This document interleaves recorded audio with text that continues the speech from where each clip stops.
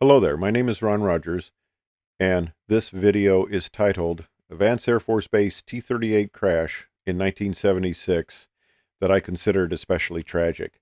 Now, in 1976, I was a T-37 instructor, and this aircraft was piloted by a student and a T-38 instructor who actually lived in the street just behind where I lived off base in Enid, Oklahoma. Now, the T-38 is a really great airplane to fly. It's nice and simple, and it has generally good flight characteristics, and it'll talk to you, but you have to listen. The wing on the T-38 is symmetrical airfoil, and it's rather highly swept.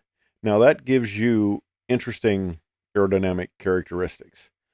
You come down initial in the traffic pattern there, which I depicted on the opening slide, and you come down at 300 knots, you pitch out, you get below 240, you put the gear down, you start the flaps down, you start the final turn.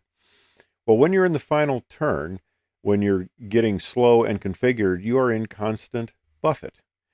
And for a light airplane pilot, that's highly unusual because with the artificial stall warning, you'll get an artificial stall warning before you'll ever get aerodynamic buffet. But in the traffic pattern, the T-38, as in other similar aircraft of this era, you are in buffet. The F-104 was especially, you could get in buffet at 300 knots in a 30-degree bank turn. So you're living with that buffet, but you have to be careful because there is no artificial stall warning. Your warning that you're entering a stall is the fact that the buffet is increasing and the sink rate just pegs down. You essentially just drop out of the sky. And I'll show you a couple of Dash 1 warning notes here. Well, on this day, February 17th, 1976, they got slow. This isn't an actual picture of the crash. I have a little one here forward. But the aircraft came around. They figure they got into a stall the way it came out of the sky. They hit, they bounce. The aircraft started to come apart. Part of the aircraft went into the garage of the house, and I'll show you a picture here.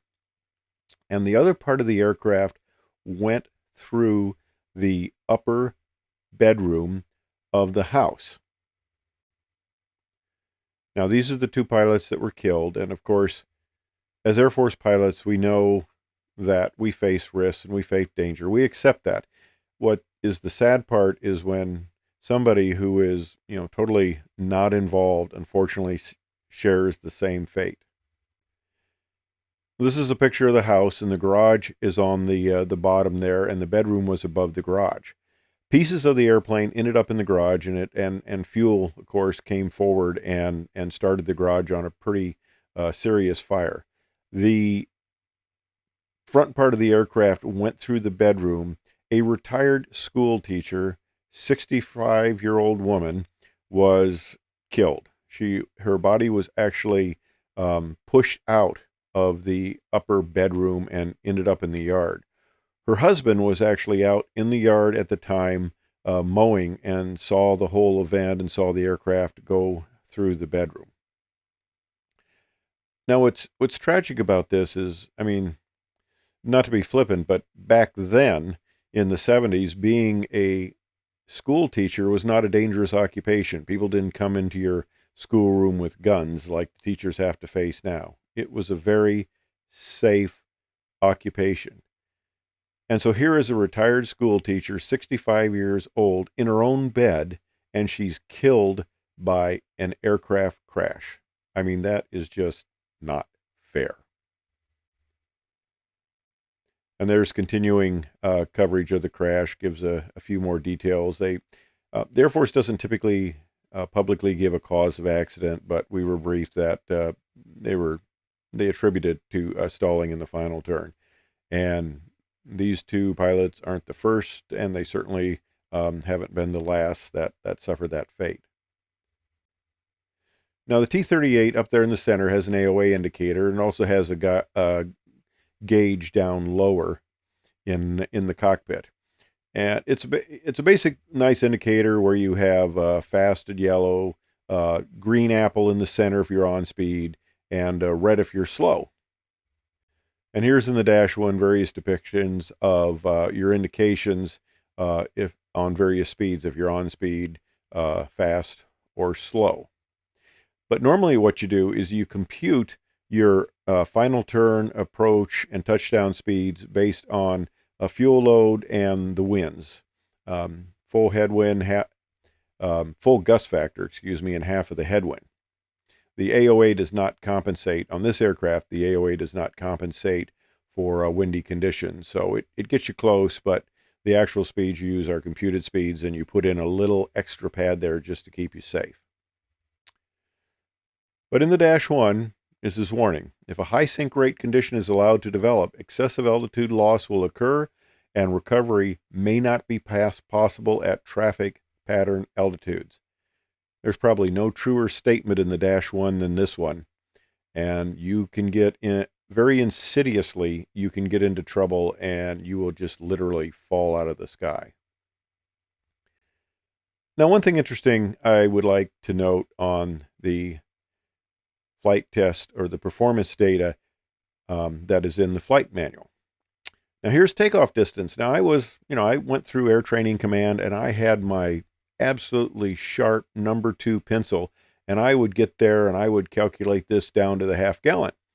Well, I'm out at Edwards and I'm working with it, and Major Bobby, who was head of fighter ops out there, comes up to me and he's kind of laughing. He says, "Well, you're trying to be real accurate there, aren't you?" And I go, "Well, yes, I am." And he says, "Well, have you ever looked at this upper left-hand part of the chart here?" I go, "No." And he says, "Databases, estimated data." Estimated? I thought this was all flight testing. No. They get a couple of points and they just lay the curves over. They don't do a complete flight test program, so the data is estimated. Well, I'm sure cruise performance is much more important. Oh gosh, there it is too. Cruise performance is estimated. So all these wonderful charts are just estimated. Well, don't lose hope. There is this chart.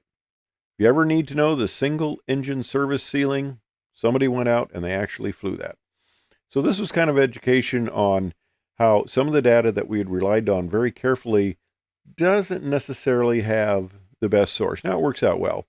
When I was out at Edwards, the 747 was flying with the space shuttle on the back of it, and they were getting the takeoff, landing, performance information, cruise information, and they did this in one test flight.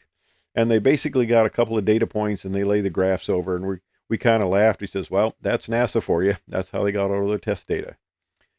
But anyway, I just wanted to have a little video on this tragic accident where somebody who was just minding their own business, should have been enjoying a very nice retirement after a well-deserved career, died in a way that you would have never expected. I'm sure she would have lost money on a bet if somebody told her how she was going to die.